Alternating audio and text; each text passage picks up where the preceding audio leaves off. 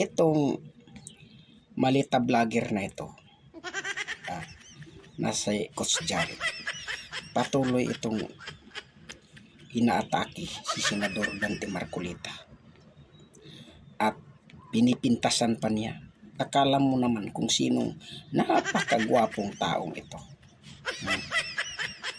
na kung makapintas kay Senador Marcolita, akala mo naman siya ang pinakapogi sa buong Pilipinas.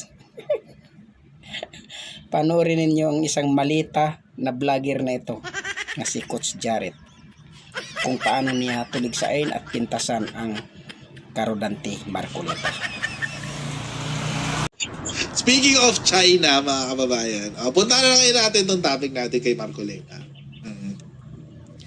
Hindi pa pala tapos si Senator Ping Lacson kay Marcolita, guys. Oo, hindi pa siya tapos. May mga patuloy pa siyang pangbabatikos kay Dante Marcolita. Meron pa, guys. Akala ko tapos na siya kahapon eh. Hindi pa pala.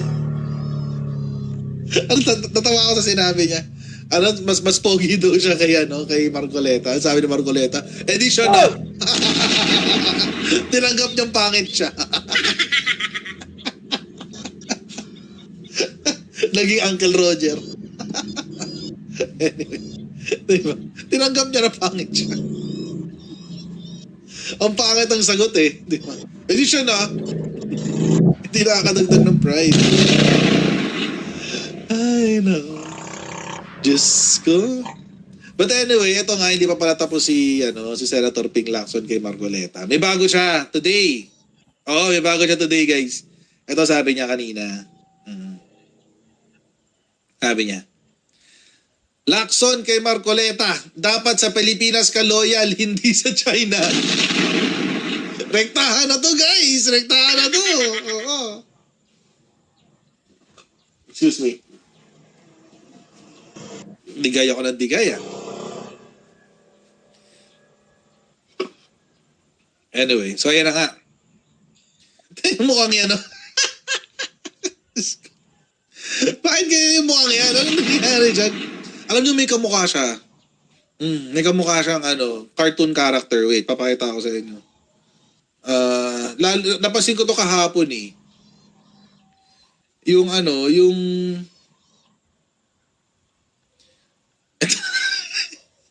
hindi ko alam kung agree kayo, pero kamukha niya to. Wait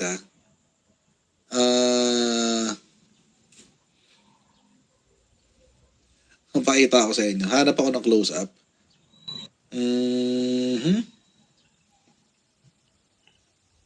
Hanap ako ng medyo close-up, guys. Eto. Ayan. Eto. Then link in new tab. Ayan. Ay! Open image na lang. Wait. Ano ba kapakita sa inyo to?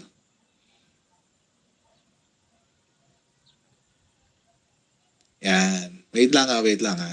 Kapakita ko sa inyo. May kamukha siyang cartoon character kasi. Ito. Si Monsters Inc. Si Roz. Napansin ninyo kung paano ikinumpara itong si Senador Dante Marcolita ng isang malita vlogger na ito.